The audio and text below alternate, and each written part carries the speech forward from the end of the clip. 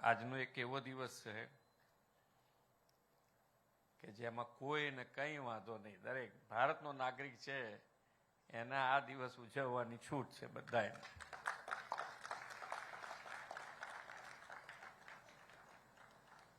કટોકટી લગાવ્યાના 50 વર્ષની પૂર્ણતાના અવસરે સંવિધાન હત્યા દિવસ 2025ના કાર્યક્રમમાં આપણી સૌની સાથે મંચ ઉપર ઉપસ્થિત મારા સાથી મંત્રી શ્રી ઋષિકેશભાઈ પટેલ, માન્ય નિવૃત્ત જસ્ટિસ શ્રી રવિકુમાર ત્રિપાઠી, ગાંધીનગર મહાનગરપાલિકાના મેયર શ્રીમતી મીરાબેન પટેલ, મારા સાથી ધારાસભ્ય શ્રી રીટાબેન પટેલ, ગાંધીનગર શહેર ભાજપ પ્રમુખ શ્રી આશીષભાઈ દવે, વૈધાનિક અને સંસદીય બાબતો વિભાગના સચિવ કે એમ લાલા, રમતગમત યુવા અને સાંસ્કૃતિક પ્રવૃત્તિઓ વિભાગના કમિશનર શ્રી આલોક પાંડેજી, ગાંધીનગર જિલ્લા કલેક્ટર શ્રી મેહુલભાઈ દવે, ગાંધીનગર જિલ્લા વિકાસ અધિકારી શ્રી બીજે પટેલ, આમંત્રિત સર્વ મહાનુભાવો, પ્રેસ મીડિયાના મિત્રો, સૌને મારા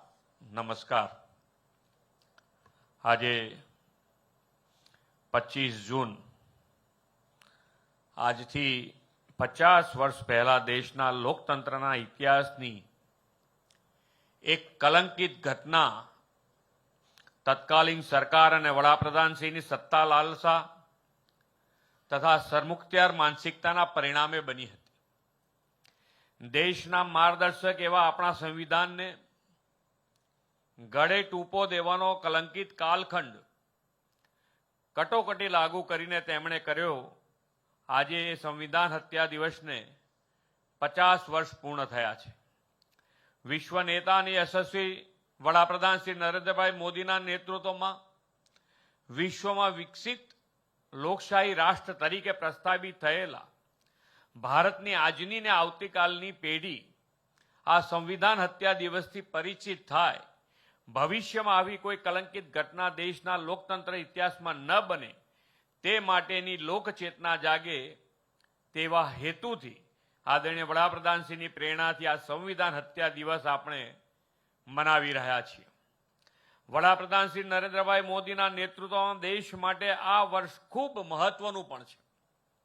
આ વર્ષે બંધારણ સ્વીકારના 75 વર્ષ, સરદાર સાહેબની જન્મ જયંતિના 150મું વર્ષ, ભગવાન બિરસા મુંડાની 150મી જન્મ જયંતિ, અટલ બિહારી વાજપેયીજીના 100મી જન્મ જયંતિ આ વર્ષે આપણે ઉજવી રહ્યા છીએ.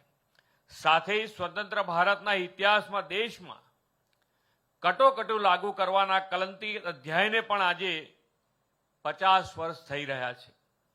વડાપ્રધાન શ્રી નરેન્દ્રભાઈ મોદી કહે છે કે સંવિધાન એ આપણા માટે આર્ટિકલ્સનું કમ્પાઇલેશન નથી, પણ આપણે સરકાર માટે નીતિ નિર્ધારણમાં રોજિંદા કામો માટે દીવાદાંડી છે.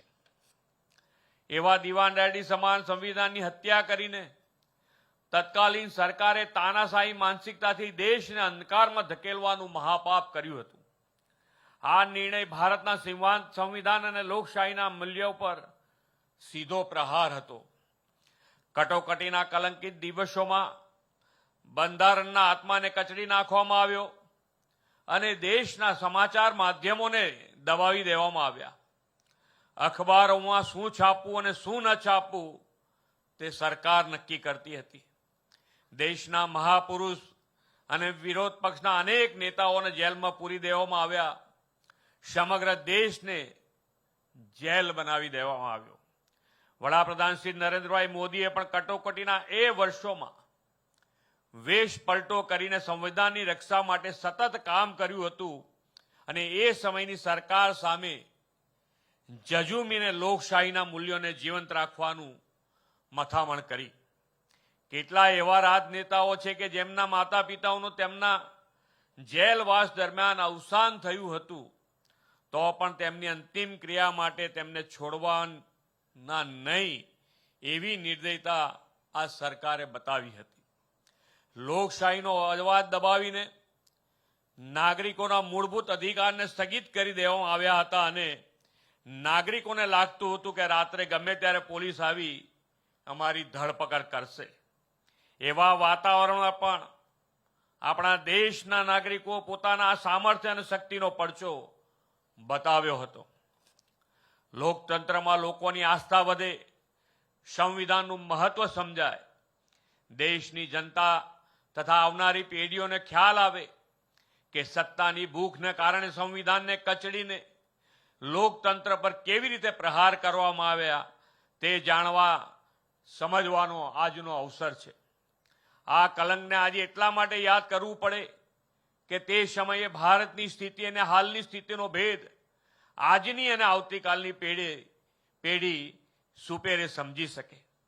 વડાપ્રધાન શ્રી નરેન્દ્રભાઈ નેતૃત્વમાં અમૃતકાળમાં આપણે વિકસિત ભારત તરફ આગળ વધી રહ્યા છીએ, ત્યારે બે જુદા જુદા ભારતને સમજવા ખૂબ જ જરૂરી છે. કટોકટીનું ભારત એવું હતું કે જેમાં પરિવાર સર્વોપરી હતો, નાગરિકોના હકો છીનવી લીધા હતા, અને આજે વડાપ્રધાન શ્રી નરેન્દ્રભાઈ મોદી પ્રધાન સેવક તરીકે સતત લોકોનું જીવન ઉન્નત બનાવવાના પ્રયત્ન કરી રહ્યા છે. કટોકટીનું ભારત જ્યારે કરોડો ભારતીયોની આશા અને આકાંક્ષાઓને પ્રતીક એવા સંવિધાનની હત્યા થઈ, અને આજે ભારતમાં વડાપ્રધાન સંવિધાનને નતમસ્તક થઈને લોકોની આકાંક્ષાઓ પૂરી કરી રહ્યા છે. દેશ હિત સર્વોપરી અને સંવિધાન પ્રત્યે સન્માનનો ભાવ કેવો હોય તે આદરણીય મોદી સાહેબે બતાવ્યું છે. દેશના લોકોને ભૂતકાળમાં એક વડાપ્રધાન એવા જોયા જેણે નિજ સ્વાર્થ માટે સંવિધાનની હત્યા કરી નાખી હતી. આજે દેશના લોકોને એવા વડાપ્રધાન શ્રી નરેન્દ્રભાઈ મોદી મળ્યા છે કે જેમણે દેશ હિત માટે સંવિધાનની રક્ષા કરી છે. જ્યારે દેશમાં સંવિધાનના 25 વર્ષ થયા ત્યારે તત્કાલીન વડાપ્રધાન અને સરકારે સંવિધાનની હત્યા જ કરી નાખી અને દેશમાં આપાતકાળ લાદી દીધો હતો. સંવિધાનના 60 વર્ષ પૂરા થયા ત્યારે આદરણીય નરેન્દ્રભાઈ મોદીએ ગુજરાતમાં હાથીની અંબાડી ઉપર સંવિધાન મૂકી ગૌરવ યાત્રા કાઢી હતી. દેશમાં કોઈ રાજ્યના મુખ્યમંત્રીએ સંવિધાનનું આવું ગૌરવ કર્યું હોય તો તે આદરણીય મોદી સાહેબે કર્યું છે.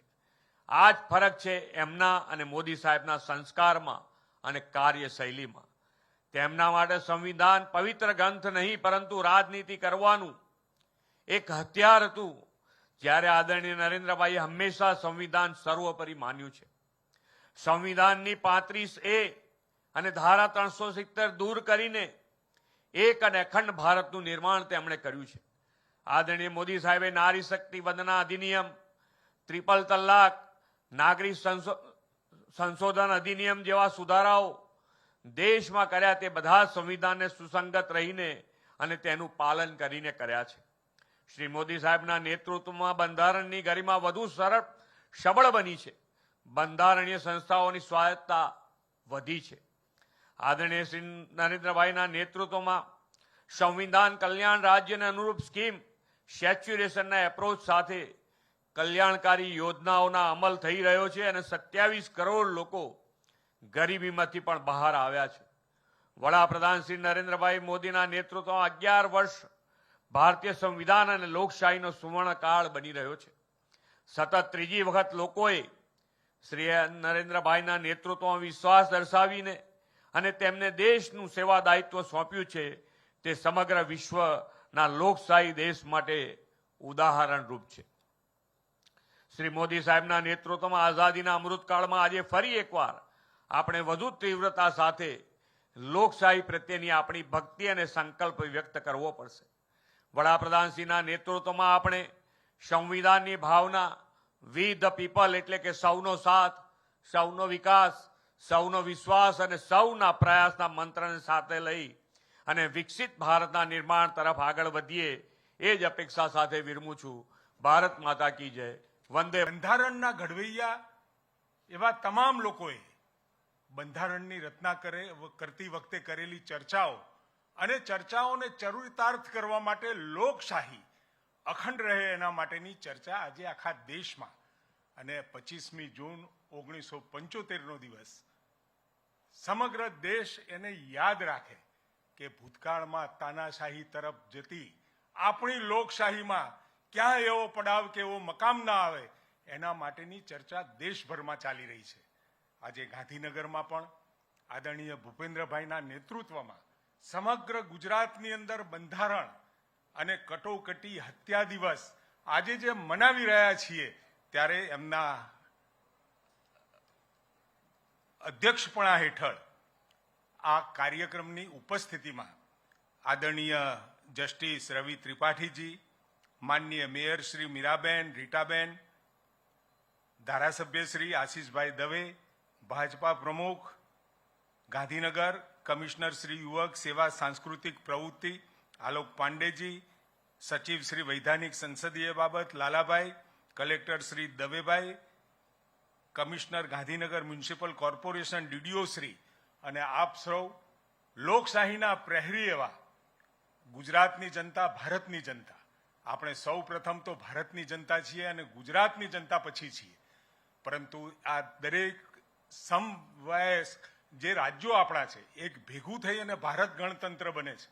ભારત પ્રજાસત્તાક રાજ્ય, એક લોકશાહી ધરાવતા રાજ્યની અંદર આપણું કોન્ટ્રીબ્યુશન અને આપણું યોગદાન શું હોઈ શકે. અને ઇતિહાસ આપણે એટલા માટે જ ભણીએ છીએ કે ઇતિહાસમાં ભણાવેલી ઘટનાઓ ભૂલ જે કંઈ થઈ હોય ફરીથી ભવિષ્યમાં આગલી પેઢી એને રિપીટ ના કરે, અને રિપીટ ના કરે એના માટે આ કટોકટીનો કાળો દિવસ આપણે જે મનાવી રહ્યા છીએ, બંધારણ હત્યા દિવસ જે મનાવી રહ્યા છીએ, આખા દેશની અંદર એ દિવસ સદાય યાદ રહે. અને ક્યારે લોકશાહી પ્રક્રિયાથી ચૂંટાયેલી વ્યક્તિ ક્યારે તાનાશાહ ના બને, ડિક્ટેટર ના બને, એ દિશામાં પ્રજાએ મજબૂત રહેવાનો સંદેશો આદરણીય પ્રધાનમંત્રી મોદી સાહેબે આપ્યો છે. આપણે સૌ નક્કી કરીએ કે આવતા સમયની અંદર આપણે સૌ, અને લોકશાહીની જ્યારે વાતો થતી હોય, લોકશાહીની વાત અને બંધારણની વાત કરતા હોઈએ, એટલે બંધારણની ચર્ચાઓમાં પ્રજા જીવનના અવાજો, પ્રજાના અધિકારો, પ્રજાને માટે ન્યાયની વ્યવસ્થાઓ, તમામ વ્યવસ્થાઓ, અનેક ચર્ચાઓના અંતે બંધારણ બન્યું છે. અને સૌથી પહેલા જો એને ટોપ ઉપર રાખ્યું હોય તો દરેકને પોતાનો મત આપવાનો અધિકાર, પોતાની વાત કહેવાનો અધિકાર.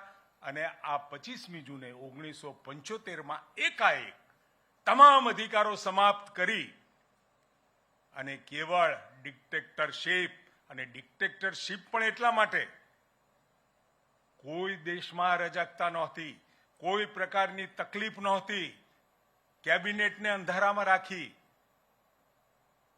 મંત્રીઓને પણ જાણ નહીં, અને રાતોરાત કટોકટીની ઘોષણા થાય કે દેશની અંદર બહુ મુશ્કેલીની પરિસ્થિતિ છે.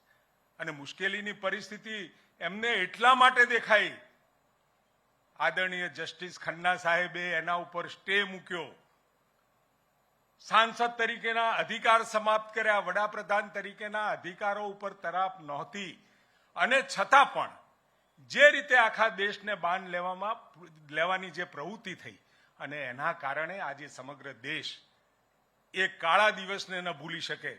એના માટે એને ભગવાન રામ પણ, ભગવાન રાજા રામ હતા, પરંતુ એમને પણ એક ધોબીની વાતને લઈ અને આદરણીય સીતાજીને વનવાસ માટે મોકલ્યા.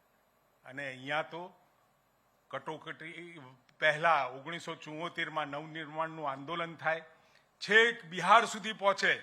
જેપી જયપ્રકાશ નારાયણે એ વાત મોંઘવારીના આંદોલન, લોકશાહીની હત્યાઓના આંદોલન, મનમાની સામેના આંદોલન સમગ્ર દેશમાં થયા. અને સાથે સાથે જસ્ટિસ ખન્નાજીએ આપેલો જે ચુકાદો હતો, એ ચુકાદાના પરિણામે જે પ્રકારની ડિક્ટેટરશીપ, કોઈ પરિસ્થિતિ ખરાબ નહોતી, પોતાની સત્તા અને ખુરશી, અને આ ખુરશીની લાલસામાં બચાવવા માટે તમામ લોકશાહી પ્રક્રિયાઓ નેવે મૂકી, બંધારણનું અપમાન કહીએ તો અપમાન, હત્યા કહીએ તો હત્યા કરી, અને જે રીતે કટોકટી લાદવામાં આવી સમગ્ર દેશ અને આખી આપણી લોકશાહી પરંપરામાં પણ, ભૂતકાળમાં પણ વૈશાલી, કોસંબી જેવા આપણા ગણરાજ્યો હતા, અને એ ગણરાજ્યોમાં પણ લોકશાહીની વાત આપણા ભૂતકાળમાં, આપણી સંસ્કૃતિમાં હતી. એની હત્યા કરવાનું કામ સત્તાવાર રીતે લોકશાહીમાં આપણે 1950-1947ની આઝાદી અને બંધારણનો અમલ 1950, આ સમગ્ર પ્રક્રિયાને એક કાળું ટીકું લગાવવાનું જો કોઈએ કામ કર્યું હોય તો એ જે તે વખતના આપણા વડાપ્રધાન માનનીય ઇન્દિરાબેને કર્યું હતું અને એના કારણે આજે આપણે સૌ આ દિવસ એટલા માટે ઉજવીએ છીએ. ઘણા બધા લોકો કહે છે કે 50 વર્ષ પહેલાની ઘટના અત્યારે શું કામ યાદ કરો છો, પરંતુ પ્રજા ક્યારેય આવા ડિક્ટેટર અથવા તો તાનાશાહોને લોકશાહીમાંથી પરિવર્તિત થઈ અને બનતા રોકવા માટે આ જાગૃત કરવાનું કામ છે. ત્યારે આપ સૌ પણ પોતાના હક માટે, પોતાની જાગૃતિ માટે અને લોકશાહીની અખંડ